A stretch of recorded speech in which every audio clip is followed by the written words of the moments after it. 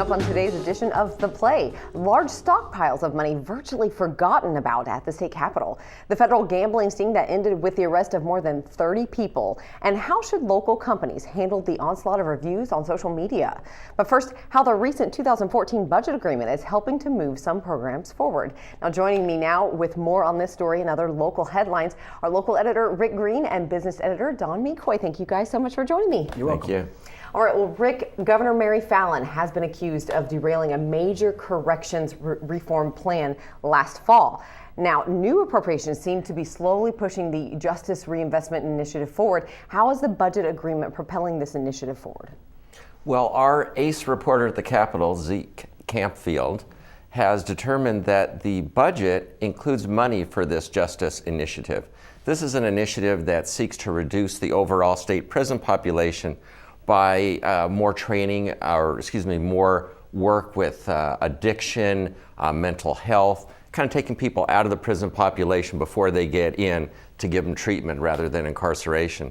And it looked last fall like this initiative might be on the rocks, and that the governor perhaps wasn't interested in pushing it forward, but we found out that there's significant funding in the budget for it, so it looks like it's something that will go forward.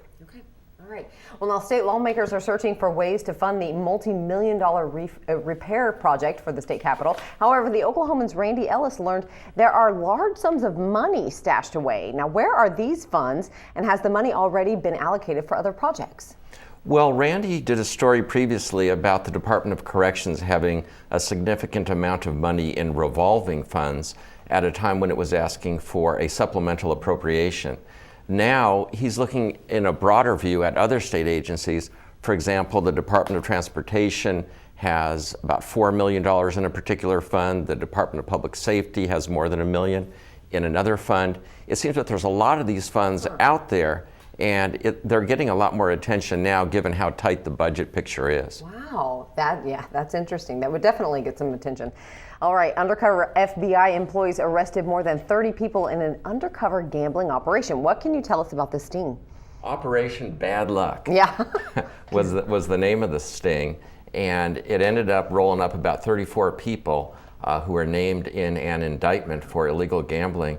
So our Nolan Clay is looking a little bit further into this and determined that many of the kind of undercover FBI employees who are working on this were actually betting on OU football. So he's going to detail that in his story. A lot of interest in football and gambling around here, so it should be a good read. Oh yeah, that definitely sounds interesting. All right, moving on to Dawn. Social media can be both helpful and harmful for businesses.